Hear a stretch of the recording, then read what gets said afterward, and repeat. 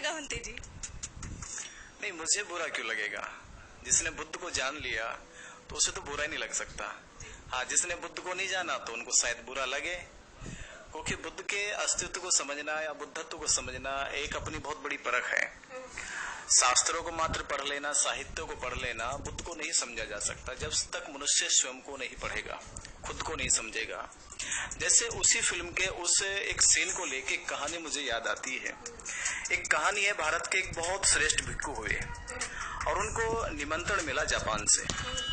Japan के लोगों ने कहा कि आपने भारत के अंदर धम्म को फैलाया है और भारत के लोग आपसे धम्म को पाकर बड़े धन्य हो गए, तो कृपया करके आप जापान में भी आए। वह बौद्ध भिक्षु जापान चले गए। तो जापान में गए तो वहाँ की एक बड़ी खासियत है कि वहाँ आज से 100 साल पहले या 50 साल पहले या कुछ आज भी लोग लकड़ियों के बुद्ध विहार बनाते और मकान बनाते हैं, क्योंकि उसका वहाँ का भौगोलिक कारण है, क्योंकि वहाँ भूकंप ज्यादा आते हैं। तो जिस बुद्ध विहार में ठहराया गया वो लकड़ी का बना बुद्ध विहार था। उसी बुद्ध विहार में बुद्ध की एक प्रतिमा थी, वो भी लकड़ी की बनी हुई थी। सर्दी का मौसम था बहुत ज्यादा, इतनी सर्दी थी कि माने टेम्परेचर माइनस के पास जा रहा था। जब शाम को बौद्ध भिक्षु आराम करने लगे तो उनको ठंड लगी, और जब ठंड लगी तो उनके पास ऐसा कोई कपड़ा नहीं था कि जिससे वह अपने आप को बचा सके। तो उनके मन में एक विचार आया कि क्यों ना मैं अगर ये बुद्ध की मूर्ति जो बनी हुई है लकड़ी की, उसी को तोड़कर अगर जला लूं तो मैं सेक सकता हूँ और मैं अपनी जान बचा सकता हूँ। और उसे जलाने का पीछे एक और लॉजिक था, क्योंकि जापान के अंदर बुद्धिज्म जो था वो पूरी तरह से प्रतिमा के पीछे था, यानी प्रतिमा को ही वो धर्म मानता था, प्रतिमा को ही उन्होंने धर्म का केंद्र बना रखा था।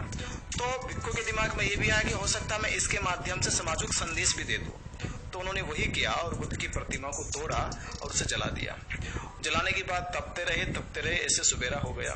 तो लोग जैसे ही सुबह बुद्ध विहार की ओर आए दौड़कर, तो देखा कि पूरे बुद्ध विहार से धुआं आ रहा था। लोग घबरा गए, कहीं बुद्ध विहार में आग तो नहीं लग गई है, तो बनते जो उसके अंदर थे वो मर ना गए हो। तो लोगों ने जल्दीबाजी में गेट खोला और गेट खोलकर देखा तो सब लोग चौंके रह गए।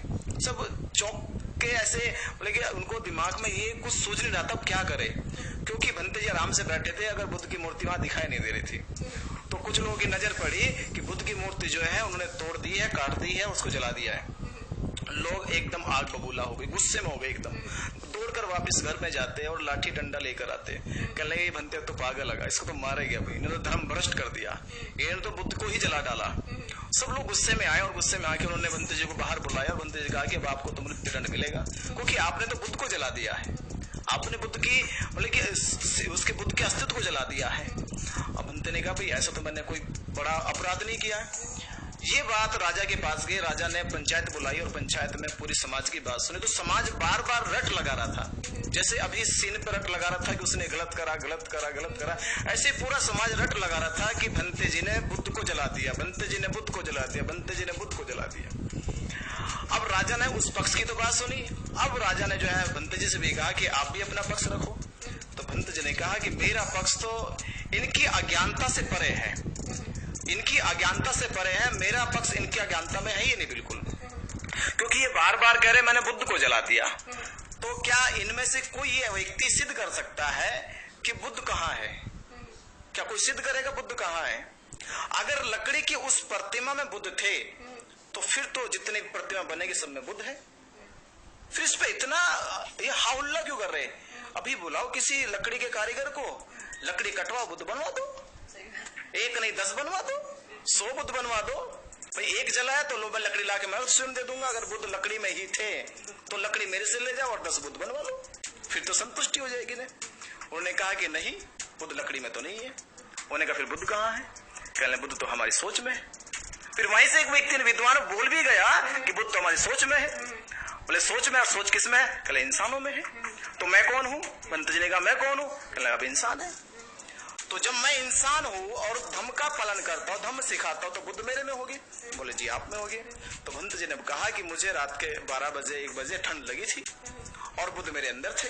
अब मुझे चिंता सताने लगी कि मुझे बुद्ध को बचाना है, और बुद्ध को बचाने के पास मेरा कोई विकल्प है नहीं था। तो मैंने सोचा जो लकड़ी की जो प्रतिमा बनी हुई है मैं इसी को जला लेता हूँ और सेक लेता हूँ, और सेकूंगा तो मुझे कम से कम मुझे उस सर्दी से सुरक्षा मिल जाएगी। बस मैं सीखता रहा और मैंने बुद्ध को मेरे अंदर था, मैंने बचा लिया। तो आज क्या है, लोग वही कर रहा है कि जो लकड़ी के बुद्ध थे आज यहाँ पत्थर के बुद्ध बना दिए। तो आज पत्थर के बुद्ध पे कह रहे हैं कि वो लड़की जो है पत्थर के बुद्ध पे चढ़ गई और बुद्ध को अपमानित कर रही है, वो अपमान कर रही है। तो उनकी सोच में जो बुद्ध है ना वो पत्थर के, अभी तक वो मनुष्य के अंदर बुद्ध पहुंचा ही नहीं पाए अब तक।